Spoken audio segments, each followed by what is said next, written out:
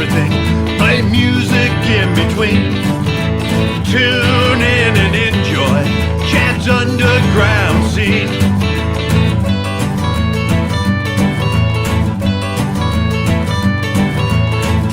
Talking music, you know what I mean. Tune in and enjoy Chad's underground scene.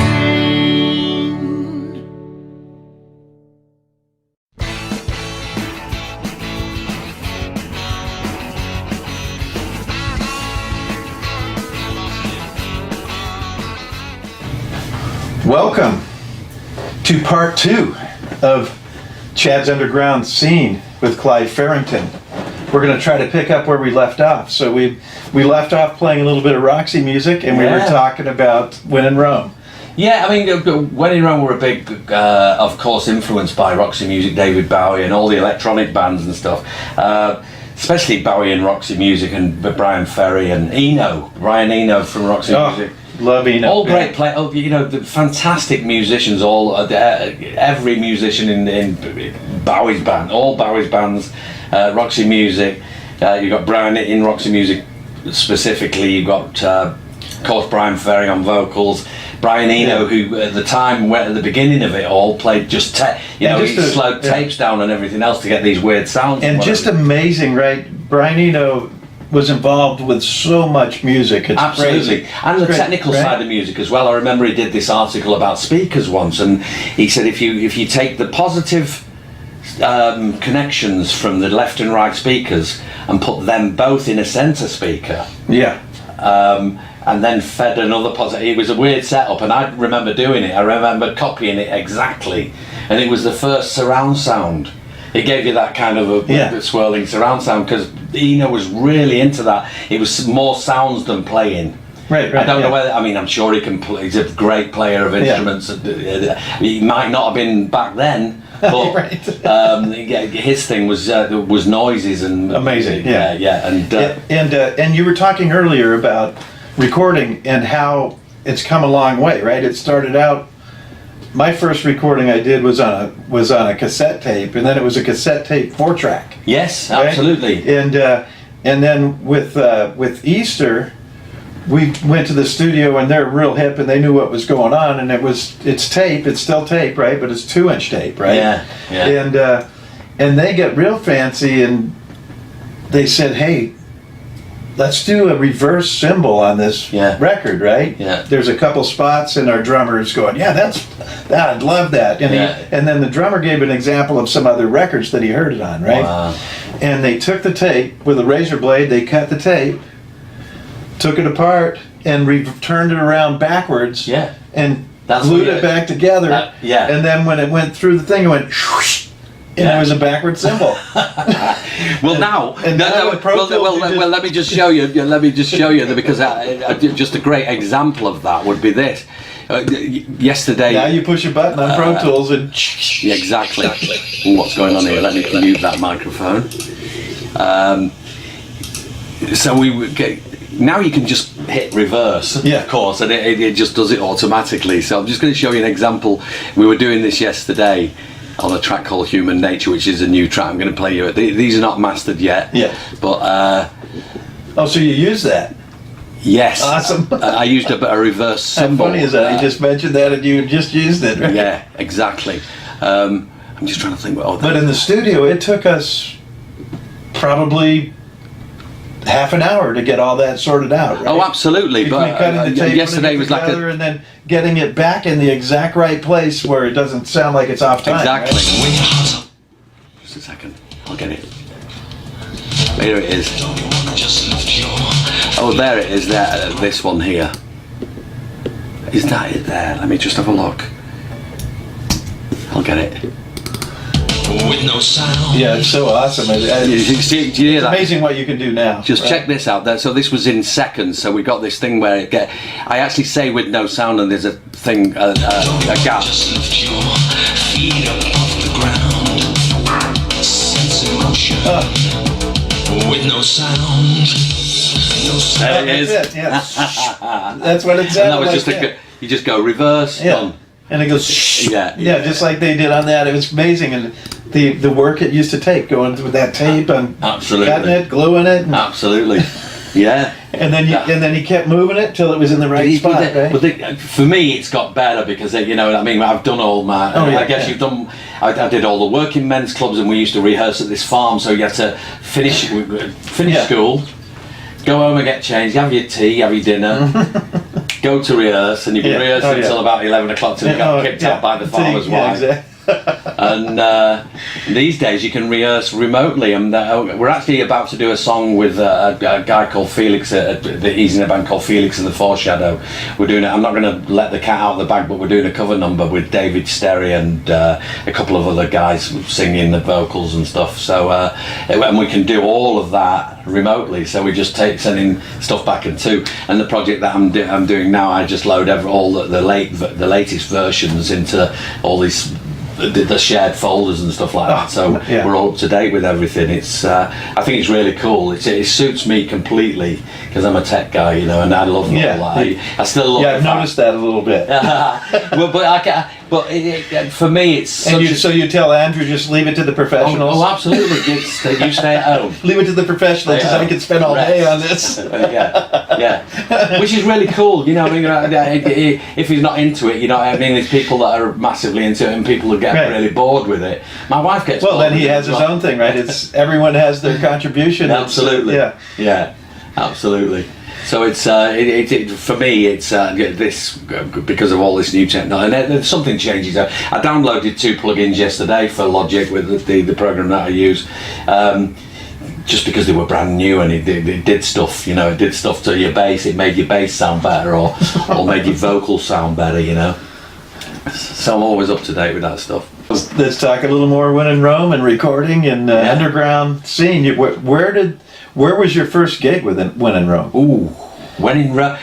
You know what? When in Rome never actually gigged when we got when the record came out. We were not gigging in the UK. We did little showcases here and there. We gigged more with Bow Leisure, the band before When in Rome. But I decided that the live scene really wasn't where it was at.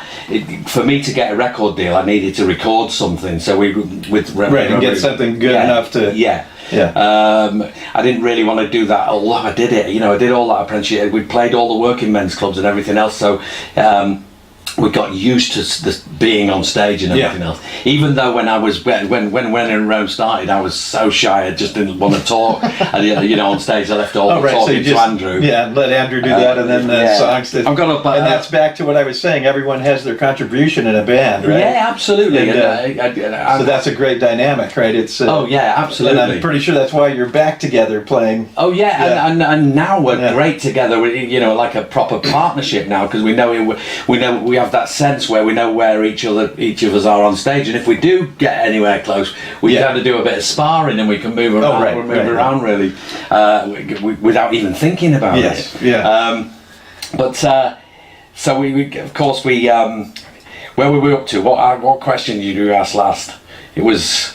Your first gig. The first gig. Live gig. So live gig for When in Rome was actually on a tour. We came out on tour just after the song had been released. Right. Okay. We came out on a little club tour. We weren't being paid. It wasn't paid gigs or anything like that. We were actually working for the record company and to try and recoup some of the money that they spent on them. So I think we'd spent a lot of money by that time because we did the vocals. We did all the vocals at different places. We did all the music at different places. Right, and were a lot of those where you just played one song or 2 songs? Yes, it was The Promise. Yeah, because we did quite a few of those with Easter where we would do a teen dance club. Yeah, and they're playing records the whole time. Yeah. And then we would come and play 1 or 2 songs. Yeah, absolutely. And that was it. And it was in the day and age where record companies would not allow you to do live shows. You had to do it to the track because it had to sound exactly like the record that people were buying.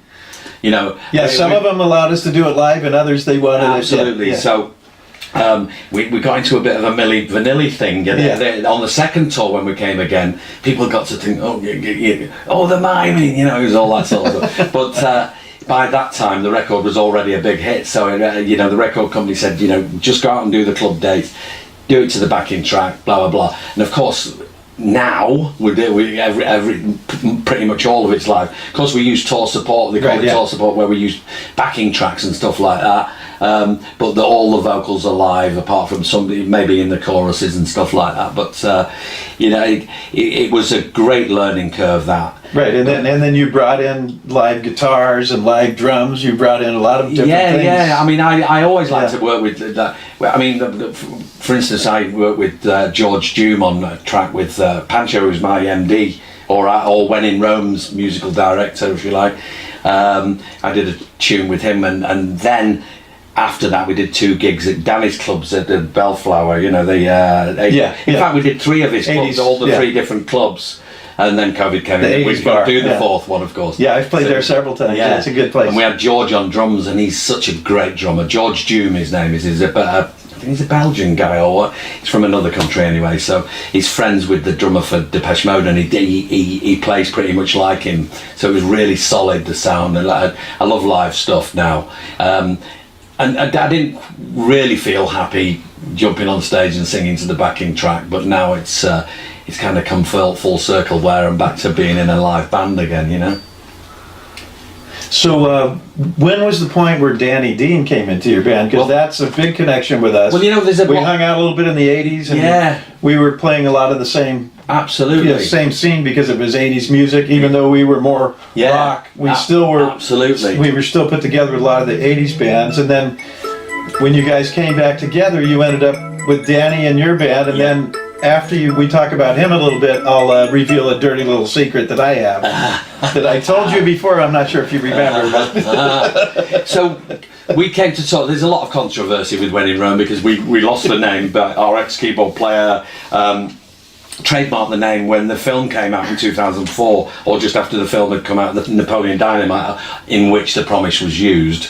So we had, because of Napoleon Dynamite, we had renewed success. So I kind of looked over, or somebody had sent me a video of our ex-keyboard player's band playing all of When in Rome stuff, with a new singer and everything else. And I was just wondering, wait a minute, we're 5,000 miles away. Why aren't we being asked to come to America to promote the fact that we've just had our song in a big movie? Right, yeah. But we were never asked. And so we were at the point where we went on this tour, whirlwind tour of America, and on the second tour we went for lunch with the head of the dance department at Virgin Records in America, and Johnny H. Jazz was with us as well. They were kind of big at the same time as us. They had a big tune at that time, and we were there having lunch with them. Good, great guys. And the lady stood up from the record label, and she says, I just want to propose a toast. And I thought, Johnny H. Jazz are going to get something. I thought, here we go, Johnny H. Jazz are going to get something. So she stood up, I just want to propose a toast. When in Rome have just gone to #1 on the dance chart with The Promise, and it was such a brilliant thing to so exciting, right? Absolutely. And then when you hear your song on the radio, or like here it was MTV, right? And VH1, I would watch those videos and that's me on there. Oh my god, brilliant. But Danny Dean, so the film comes out. Napoleon Dynamite came out in 2004. I knew it was going to be successful because Daryl Hannah. I was watching MTV Film Awards back in the UK. At 1 o'clock in the morning, and she comes running on stage. She said, "Forgive me, I'm losing my voice. I've been shouting for Napoleon Dynamite." So I thought, "Fucking hell, our song's in that movie." And so of course it won MTV Film of the Year, and won the Sundance Film Festival and everything else. And so then I started to inquire what's going on. So I got in touch with Rob Juarez, who was the promoter for our ex-keyboard players band. For the American so just to let him know that we were still around. So he sent me a message. I was told that you weren't doing it anymore. You'd retired and you didn't want to do it. I said, no. Who would turn down the fact that your record that you wrote and recorded and produced is back on the radio? Is back on the radio. Who would not want to leave a 9-to-5 job and come back to America to promote the thing again? Right. Oh yeah. So unfortunately, that job was being done by another band, if you like, and so I got in touch with Rob, and Rob got back in touch with me. And he said, "Do you want to do some stuff?" Well, first of all, I saw some merchandise up on some site somewhere, and it was all When in Rome merchandise. So I said, "Please take that down, or you'll get sued." Blah blah blah. So they took all of that stuff down. They took all the merchandise down. And then Rob got in touch with me and he said, "If you want to do something, we'll do something." So 2011 comes around, and I think he'd just been working with Danny in Orchestral Manoeuvres in the Dark. Right. Yes, yeah, he was with OMD at that time. Yeah. And so he says, "Well, I've got a guitarist for us, I've got a drummer, I've got a keyboard player, Robin Kennedy, you know Robin?" Right, yeah. And come and rehearse. And so we got to this, we went to rehearse. I know you've rehearsed there. It's in Set Springs. You'll know the place. It's on. Oh, what road's it on? Anyway, we got into this rehearsal studio. And we started rehearsing at Danny's. It's the first time I'd met Danny. Right. Oh, okay. And yeah. So Danny was playing guitar with us, and yeah. But the weird thing is, he was kind of. And that was at Maltrax, right? In his house, right in the garage. Well, yeah, we did some there. Yeah. That was later on. But Yeah. the original place we went was in some Colorado Springs. What's that? What's the place? Santa Fe Springs. Santa Fe Yeah. Springs. Yeah, there was a rehearsal studio over there, and that was the first time I'd met Danny. And now Rob insisted that Danny came along because When in Rome are not really a guitar band. There were some guitar on the album tracks, but not on The Promise. The Promise was the most electronic track. Yes. Pretty much that was the song that everybody wanted us to play, and I thought it was a little bit weird at the time he wasn't thrust on us. Rob insisted that Danny came along because he obviously loves his playing and everything else, and we got on like House on Fire. And Danny reminds me of John McGeoch from Public Image Limited, because I'd worked with him, and his attitude. And although John's from Scotland in the UK, Danny's from I think originally from Texas, isn't he? Yeah, and then he came out here and he was. But he's got this real attitude. He was living in Lawndale for years, and then he ended up in Lakewood. Yeah, he's got this real kind of John McGeoch. And now he's in Nashville. So. Yeah, absolutely. He's the home of music now, home of country music, I should say, or rockabilly. But I guess he's where his heart is, isn't it? Oh yeah. So he then started working with us. We did a few gigs. We did Mandalay Bay in Vegas. We did all the big ones. We had a few gigs cancelled because of the stuff that was going on with the band and what have you. But you know, working with Danny has been fantastic, and I had the honour of staying at his place during that. In fact, it was just after that. It was after I started doing my solo stuff, and Danny was playing on my solo shows and stuff. So I've kind of kept in touch with him, and he played with me the other week. We played at a gig at a brewery. Burkus Brewery, and it was a circus place, and you played at Texas Lucy's, I think, with him. Texas Lucy's, yeah. So it's been a good ride with Danny. It's been fantastic, and then of course we saw. I think you were with him when you were at that last gig that in Texas. Mm-hmm. In the big place. Yeah, we played Texas. together. And Robert asked you to come on that show. And Easter opened the show. Yeah, absolutely. And so the reveal is all of this that goes on, right? Is that I played guitar with the American version of When in Rome.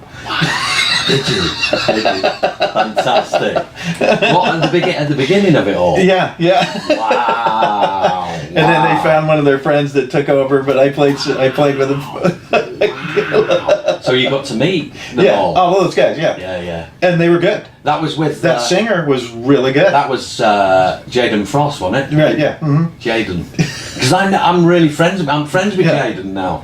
Yeah, and the singer was really good. I was like, wow, this is... He was good. He's doing a great job. I think that was probably the best version of that. So they had the same inkling, maybe we should get some guitar in here. Yes, absolutely. and then when Danny told me he's playing with you guys, I was like... You're in opposite corners. That's interesting. Wow. And in the red corner. Wow. And so $100,000 later. Yeah. Oh mate. Yeah, it's cost me a fortune to come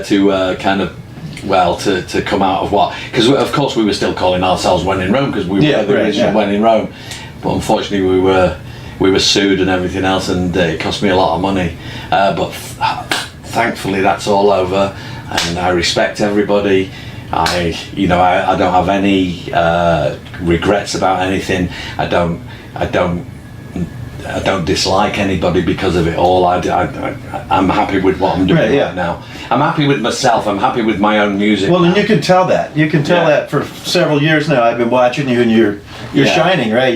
You're real comfortable with everything. Yeah. I think I'm because it's interesting when you go to shows where there's several bands, you see uncomfortable musicians there. Oh yeah. There's issues, right? You're going, that guy must have an issue with somebody else in the band, absolutely, or somebody in another band. And musicians sometimes are like oil and water. I call it the Fleetwood Mac effect. Yeah, they can't control themselves sometimes with with their likes and tastes. And sometimes they're like, exactly. Well, it happened with Bow Leisure. That's how Bow Leisure broke up, because we all had our different styles and the way of doing things, and it all exploded one night where we all got sick of it and we all started pretty much fighting on stage. And I've seen that a few times with bands, but that adds to the whole thing about the music. If music business wasn't part of the music business, music would be great. I've played actually several shows that we were playing where there's other bands. The other band got in a fight on stage. Fist fight where they're knocking each other. And one was like, did you see that movie Step Brother? Yeah, I think I did. It was like that. They're punching each other, then the guy goes down on the floor and he's taking the cymbal and whacking the guy with the cymbal. And we were just sitting there going, wow. And when it was all over, we just looked at each other and go, they're not going to remember a song we played. Well, everyone here is just going to remember that. Absolutely, that part. But it's pretty much like, in the UK, weirdly enough, football, of course, is the biggest sport, and football and music go pretty much hand in hand, because the footballers hang around with musicians and entertainers, if you like. And remember Frank Cantona, what's his name? You're going to have to edit this. Eric Cantona played for Manchester United. He came from he's French. And somebody was shouting at him in the crowd, or saying something bad about his mum. And it's the worst thing you can do. Oh no, you did never. Don't touch that. Don't touch that.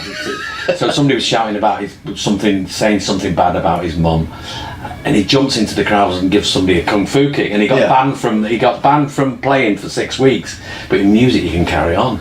If you for instance, Jean-Jacques Brunel from the Stranglers, somebody was shouting something about his mum it was either his mum or something very personal. Somebody was shouting to him. And gets his bass guitar. Right out in the audience, right? It's like, I don't care, you could kill somebody. And especially when you're young, right? Because I went out in the audience a few times with my bass guitar. Because it got crazy at a punk show, right? And I think everything's hunky-dory. And it was the next thing, I'm off the stage hitting people.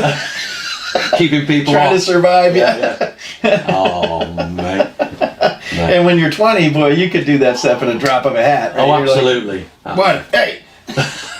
The best one, we're playing this one show, and it was at a place called Fender's Ballroom, which was the best place to have punk rock shows, right? It was a big, huge stage. And it was high, so it was up here, right? In the audience, the people in the front, you can only see like from their chest up, right? And they're digging it, they're into it, and you'd have a slam pit going on there.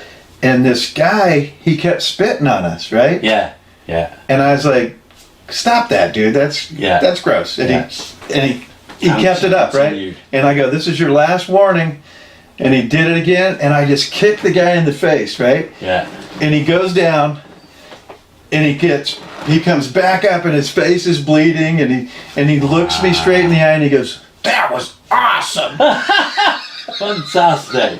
Oh, fantastic. And I just looked and I go, that is the most amazing thing I've ever seen. Wow, that's brilliant. But he got the best of me, and I just lost my temper, right? And I go, that was awesome. I saw Susie and the Banshees at Bellevue in Manchester one time, and she walked off stage because everybody was spitting at her. She says, if you stop spitting, I'll come back on stage. So she went off and got showered, came back on, and then everybody had stopped. Yeah, it's brilliant. It's funny how that was a thing, though. I was like, what is going on? Yeah, weird. And the more they appreciated you. Oh, yeah. It was just part of that scene, right? But sometimes it got annoying, and that day it did. Absolutely. For me, it did. I was just like, that's it, enough. Yeah, but it's weird how I never thought, I've been to see a few bands where I've seen people spitting out, but I never ever thought, what a great idea. Oh, right, yeah. Let me show my appreciation. Yeah. You're fantastic. Brilliant. Awesome. Yeah. Oh, and then nowadays, of course, you could never get away with that, could you? You get arrested now for that, for spitting at someone. Yeah. So what are your plans now with When in Rome? You're into a new phase right now. Of course, we can now collaborate. Rather than having to wait 2 weeks for a cassette tape to be sent down over to London. Right. You could just send it right in the email. Yeah, absolutely. So we have a shared Dropbox with Andrew. We're working with Neil X at the moment from CZ Sputnik, the guitarist. Oh, he's great. Yeah. He works with Mark Almond as well. Right. So we've written a track called "Don't Stare at the Sun," which is it's pretty much. Although we've got a track called "Two Fixers" as well, but "Don't Stare at the Sun" features Neil X from CZ Sputnik, and it sounds fantastic. I love it. And then you're going to be touring as well. 2022 now, I think, as When in Rome. Yeah. Mm-hmm. But I've already done a few shows as with my own stuff. Of course, I put When in Rome stuff in there. It's been. I've been very lucky. So until next year, you'll be doing Clive Farrington shows and. And more of the Farrington and Mann shows as well. Yeah. Because, cool. Yeah. And Andrew's coming over in January. We're going to rehearse. We're going to get some shows at the end of January, and then later on in the year we've got a secret show in May, and then later on the most important thing, I mean, God bless Rob, and we really loved working with Rob Juarez. Mm-hmm. We just needed to do a longer set. We needed to show what we could do. Right, and you want to stay current, right? Yeah. And when people say you're a one-hit wonder, I say, I'm so glad that I was a one-hit wonder. Oh no, exactly. Because you don't get pulled around as much. If you've had loads of hit records, you kind of wanted everywhere around the world. If you've had a worldwide hit, we were lucky that we had the one hit in America. America, the Philippines. Yeah. And our kind of work schedule is far less than Duran Duran or Depeche Mode, and I would and too many people. But I've seen too many people burn out in this business. Yes, and you can do it. You can do it easily. Easily. And you've seen people that are absolutely absolutely famous for doing about 20,000 different songs, and they just go and having a life of their own. So it's I'm grateful for the one hit, to tell you the honest truth. Right. And it pays the rent. And it keeps you afloat, right? Yeah, exactly. To do what you want. Yeah. You're writing a lot of new music, so. Yeah, exactly. And I'm not scared of work either, because if this all dried up tomorrow, I could, I used to work for a company called PSAV that are based in America, but I work for them in Manchester. They actually provided the audio visual setups for Radisson SAS Hotel at Manchester Airport. So I was in charge of all of that. So I could, if all else failed, go back to that. Or fixing caterpillars. Yeah. In 6 foot of snow. But you'd probably rather do music. I think. To talk about all his current stuff, because what's important with the underground, right, is current stuff and brand new stuff. We want to hear new music. We don't want to always reminisce. We want to hear new music, and I know you're always loaded with new music. Yeah, absolutely. Every time I hang out with you, you tell me, I got this new thing, and I'm the same. I'm excited. Yeah, I think I'd rather write music than listen to music. It's weird, but I took a leaf out of a guy called Quentin Crisp. Quentin Crisp is a very famous, I would call him a philosopher. There's a film made about him called The Naked Civil Servant. He was a very famous celebrity, if you like. He never did a day's work in his life. He wrote a book and everything else. He's an underground celebrity. Absolutely. And Sting wrote a song about him called Englishman in New York. That's about Quentin Crisp. Now he's doing kind of a seminar at Yale University, and there's a question and answer session at the end, and he's written this brilliant book about life, all about life and how to deal with things. He was a gay guy, so he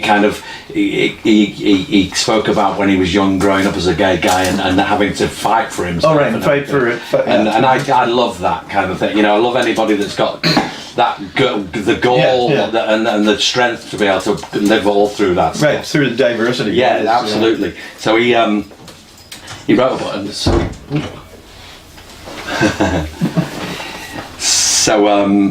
he was doing a seminar at this college, and there was a question and answer session at the end, and one of the guys says, "Now, how do I start to write a book? How do I write a book? What best advice can you give me to write a book?" He says, "Never read." Right, yeah. He says, if you're going to write a book, never read, because you'll end up writing like what you read, what you've read. And that, for me, that's the same with music. I don't listen to music to get into, although I do. Subconsciously, I get. Oh no, I get.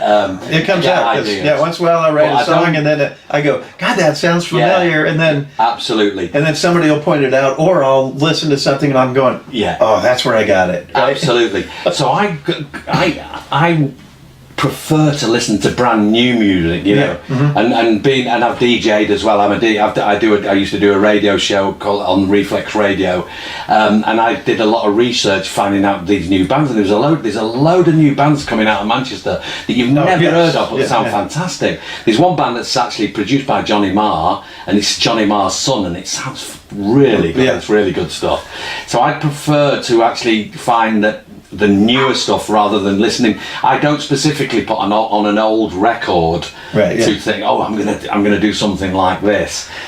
I've been inspired to write the music from listening to what I listened to naturally when I left school, and I bought this stuff. I remember we could play a record in assembly at school. They got a little bit diverse by school, where they said, you know, you can bring your own record in and play it. We had a jukebox in middle school. We had a jukebox in the cafeteria. Fantastic. And that's where I got introduced to David Bowie, right? I was in middle school, and I was listening to David Bowie, right? I was like, brilliant. Who's that? And my buddy's like, that's David Bowie. And I like that. Wow. And then I get really lucky, and my uncle brought me to go see David Bowie. Wow. And I was a teenager, right? This is amazing. Proper eye opener, isn't it? When you see a really good artist doing his stuff, and he's very confident. Well, and that was the point where I'm like, I think I want to do this, right? Exactly. But I at the time I was in the school band, and they of course they allowed us to bring these records in without even looking at it. They didn't play them first to see if there was any bad words in them. And I played editions of You one morning off the For Your Pleasure album, Roxy Music. And I remember the art teacher, who everybody fancied the art teacher at school, the guy. And she came up to me after. She said, "Who was that you played in assembly?" And of course, I took pleasure in telling her to tell everybody who it was all about, and blah blah blah. And it was it was a good thing. It was great that my school allowed us to kind of experiment or to show them what we were doing, what we were up to. Right, and I was lucky, so I had my uncle, and then my sister was into more hard rock. And then she brought me to go see Queen. Right, so my older sister. So I was just learning. Absolutely. And so I had two great bands to start with. Right, I was like, wow, these are great bands, and then and on stage they were great, right? Absolutely. It's exciting because they're moving around the stage. Oh man! Talking of moving around the stage, the best video, best music video for me is "Stop Making Sense, Talking Heads." Oh yeah. And it's and specifically because it starts off with just him, and he comes on with a little boom box, puts it on the stage, and it's Second Killer, slowly builds. And he's got a new show on, I think it was on Netflix, I saw it. Oh yes, And with the it's a grey stage suit. When show. he's got the grey suits on, they've all got grey suits on. No. He's got a brand new show he is just it? did. Oh wow! And it's David Byrne, right? It's not Talking Heads. It's David Byrne. Right. Yeah. And he's doing a lot of his songs since Talking Heads, but there's about 3 or 4 Talking Heads songs in it. Wow! But and it's kind of. It's music and spoken word and theatrics. Wow! Fantastic. So he has dancers and he has all these other people on stage with him. Yeah. And it's amazing because he's singing and he's dancing and doing all these moves. Yeah. You have to be in shape. So absolutely. I don't know what he's doing, yoga or jogging or whatever he's doing. Something, hasn't he? He's got to be doing something. Because he's all over that stage singing and he's. I was never really a massive Talking Heads music fan. Yeah. But when you watch Stop Making Sense, it all makes sense. The creativity of which it is so amazing. fucking. I mean, the actual thought behind that, because I think that he thought himself that he wasn't making any sense musically. I thought, is this music making sense to the public? And so he brings out video, Stop Making Sense, which makes all the sense in the world. And how I got into them. The Talking Heads, I can't remember the movie, but there was a movie out here, and Life During Wartime was on the soundtrack. Wow. And I go, I love that song, I need to find out what it is. So I went to see the movie again, just so I could see the ending credits to find out who did the song. Exactly. Yeah, I love all that. And then after that, I bought every Talking Heads record that there was. Absolutely, and all these new shows that are out now that are 80s influenced. They've got a kind of an 80s soundtrack, but with brand new bands. So you get the Shazam out to find out who they are, and then it's always some like Robin Gertmuller or whatever that's doing this fantastic music that sounds just like it could be recorded or released back in the 80s. All right, so we got a little bit sidetracked. So back to Farrington. Farrington, man, and Danny. I mean, Danny's been a friend of mine since he first joined the band. He played with us in 2011 all the way through up to 2015, somewhere like that. He's done some big shows with us. He did the big one in Mexico with us. But he's still a friend, and we're still in touch. And he played a gig with me the other week. So When in Rome came around. We're going back to the When in Rome thing now. So we've done all this demoing in the studio and everything else, and Mike and I went down to London to do more demos. And we were going past this delicatessen, which would never see in Manchester. London, like LA and New York, get things before the provincial cities in Texas and stuff like that. You know, the big cities got the stuff first. Like all the Italian restaurants and the Chinese restaurants started in the big cities. So in London, it's exactly the same. They got stuff before we did, and we saw this delicatessen, and it looked fat. I'd never seen anything like it. There was cakes, all sorts of cakes in the window, and pies and sandwiches, and they looked beautiful. And I said, I just fancy something to eat from there. And he said, Mike was with you. I was driving, Mike was here. He said, what do you want? I said, just get us one of those there. That's all right, I go. He says, I'm having one of them. I said, When in Rome.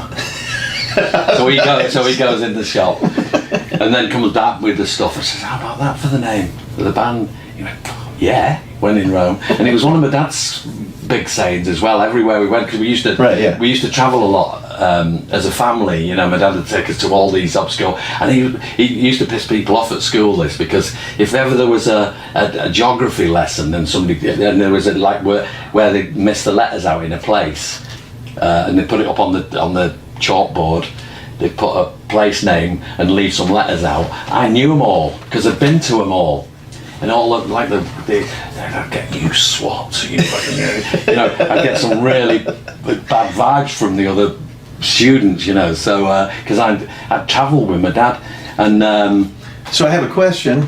You said your father's 90 now. Yeah. So 93 now. If you were anything like most of us boys, you probably weren't listening to his advice when you were a young man. He was a punk before I was, my dad. No, but you probably weren't listening to his advice. No. Right? No. So now that he's 90, are you back to listening to his advice? He listens to mine now, I think. We both have a mutual understanding of where we're what's really great about my mum and dad is that they've always been into what I was doing. Yeah. They've never ever said to me, "Isn't it time you got a proper job?" Right. Yeah. They've never ever said that. My parents were the same. Yeah, they've never said. Yeah. They've always been behind the stuff that I've been doing, and today, of course, they're really proud. To be them because you made a good go of it, right? And I count my lucky. I'm so lucky to have my mum and dad still at my age, because of course, most guys my age have lost their parents, but I still have mine, and you know, my mum's not in good shape at the moment, but she comes home tomorrow. She was in hospital, but she's coming home tomorrow. But they've always been behind the stuff, and every time I speak to them, they say, "Oh, your granddad would be so proud," because it was my granddad that started me on this. That started you on this. Oh, nice. And of course, he died while I was still at school, before I'd even done anything musically. And but my mum and dad did get to see it, and they have a platinum record. So that's great. You can make them proud, and I'm sure he's looking down on you. And he's proud. And I still feel him, you know. I still. Some of the creation's probably coming from him, right? Yeah. Oh, absolutely. And I think about him, you know. But I just did a song on my new album. I did an acoustic album. Yeah. And the song came about from my daughter. She did a movie about him. Yeah. She produced, directed, did this whole movie about him, and she said, "Dad, can you do the song that Grandpa used to sing all the time, that Bubbles song?" So I immediately go, "Yeah, I could do that song. I'm pretty sure that's the Don Ho song." He loved that song. So I went in the studio with my buddies and recorded it. And I gave it to her, and she said, "That's not the song." I go, "What are you talking about?" She goes, "He didn't sing it anything like that. I want the Bubbles song that he sang." And then I thought about it, and I'm going, "Oh my goodness, she's right. He didn't sing it anything like the original version of this song." So then I sat in my studio and I wrote Bubbles, the song that was the version my father that he sang. Fantastic. And I recorded it and put it on my record. Oh, brilliant. And I gave her a copy, and it's in her movie. Oh, it's lovely that you can say you can do that, isn't it? But that was the same for me with the. I remember getting a phone call from my daughter. She said, "Dad, you're famous.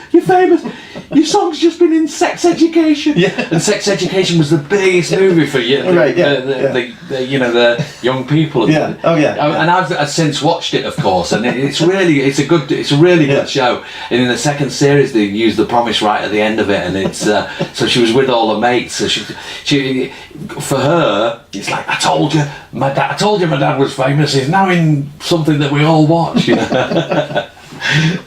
So you've just recorded some songs. So tell us about the recording that you have. Yep, it started. I met this guy called Colin Wood.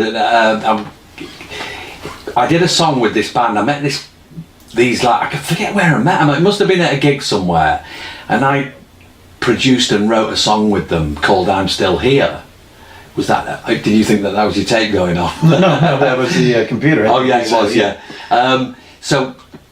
I'd worked with them, and only about 3 or 4 months ago, Colin contacted me again, and he's come round here a few times for singing. He wanted some singing tips, not lessons. I don't give lessons. I can give tips and stuff like that. I'm not professional, but so he sent us this backing track. He says, "I want to write a track for you, something like this." I says, "What's wrong with this? What's wrong with this?" You know, what it sent me was a really brilliant, and it inspired straight away. It inspired some lyrics, and the track's called "To Fix Us." So Andrew and it was pretty much just before I was going back to Manchester to visit my mum and dad, and I got together with Andrew, and we recorded the vocals at my house. I have a house in Stockport as well, so we recorded the vocals there. I brought them back here, and Al Judd mixed the final version of it. Richard Blade played it the other week on his radio show. Yeah. So of course, if you're going to play this, I can send you these tracks so that you can play it in the show. Right. Okay. So I'll send you these afterwards. Yeah. So that track's called "To Fix Us." Then I played a gig at Gallagher's in. Oh, Gallagher's! I just played there. Have you just played there? Last week, yeah. Lovely. Yeah. Scott Tucker. Yeah. And I met this guy called Ryan Roth, who's a friend of Colin's, who'd sent us that track. And he says, I've got some stuff that you might like. So he sent us 4 things. He says, choose any one of them or all 4 of them if you want. So I did choose all 4 of them, but there was one that was just slightly unsure about, called 405 Dreams. That one has turned out to be the best tune of all of them. Now these are not mastered yet, so you won't be able to have a copy, and I can't play them now during the show. Right, yeah. But as soon as they're mastered, I'll send them to you, and then you can put them as part of this show, hopefully. But it's been a great experience, I think, and I think that's pretty much the way that Andrew and I are going to go forward now, is collaborating. Because I can't. It's not that I can't work on my own. I do enjoy working on my own.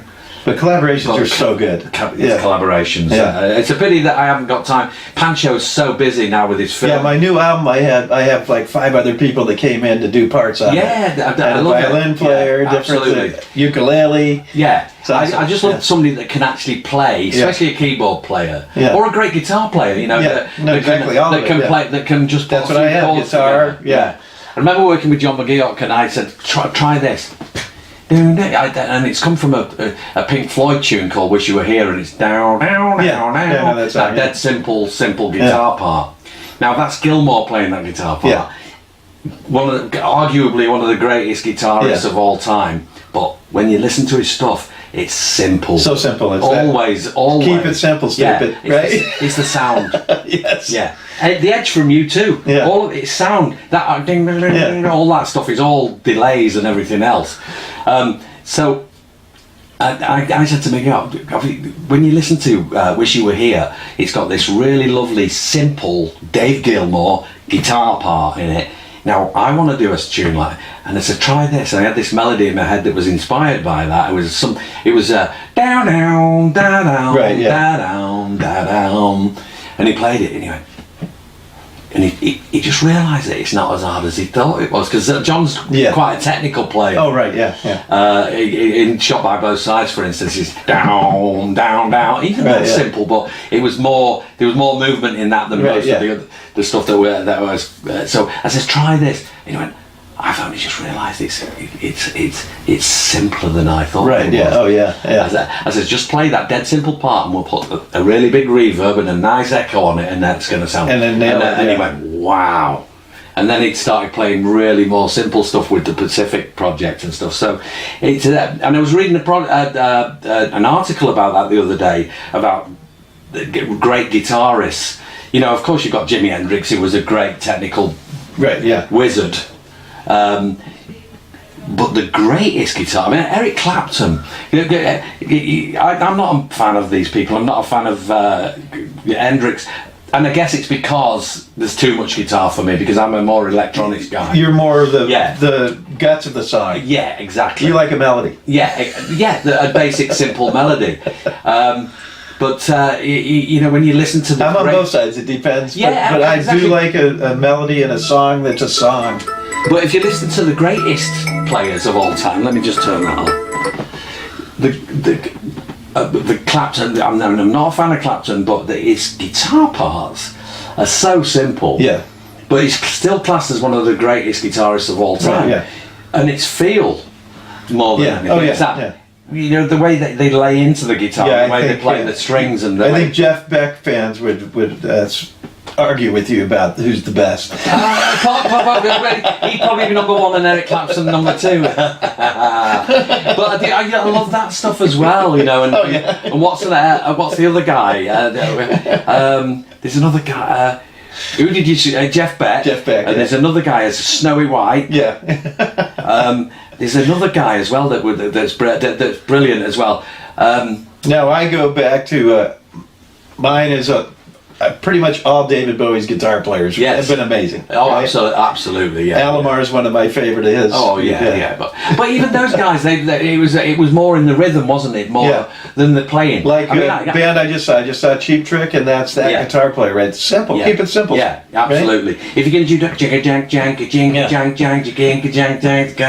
you can keep that rhythm in, and I think that's where it's so important to have that rhythm. Yeah.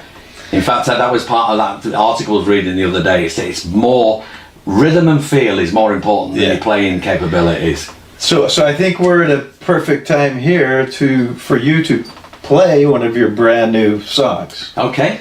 Right? You've written several. Yeah. Yeah. Oh yeah. Yeah.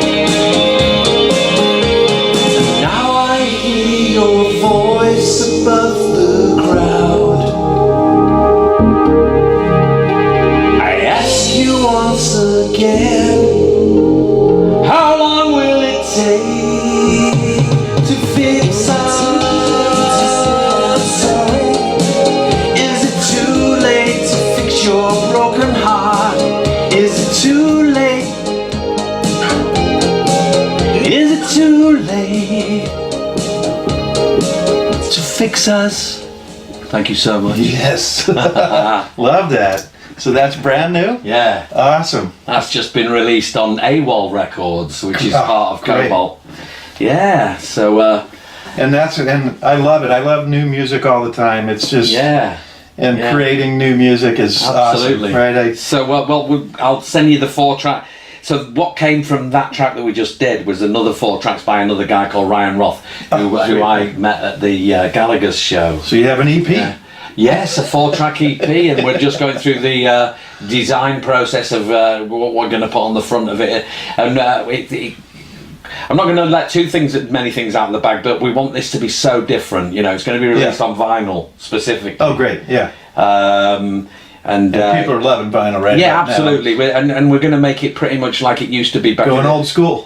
Well, yeah, absolutely. Where if you bought something, you had something. You know, you bought something and you had something to keep. Some artwork, yeah. Yeah, absolutely.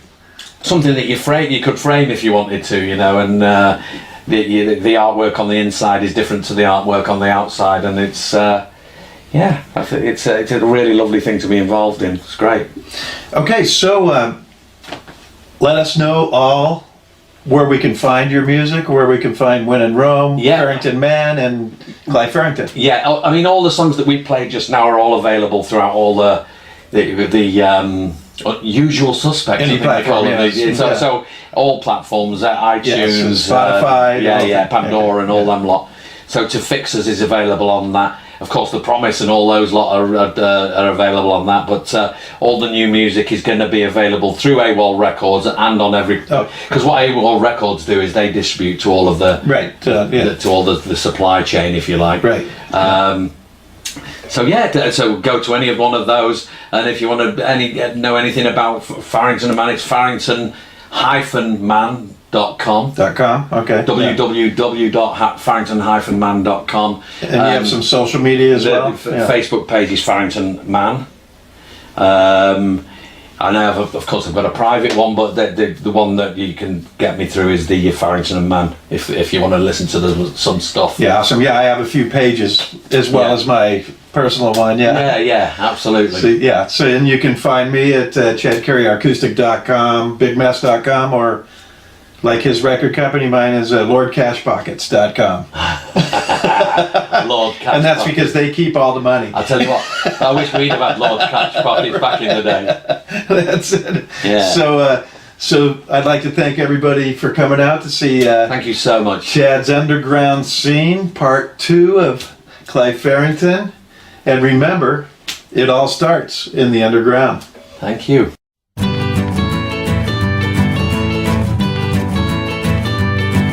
We talk about everything, play music in between.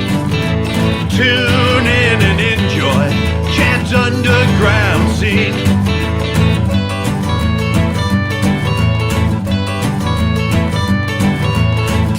Talking music, you know what I mean.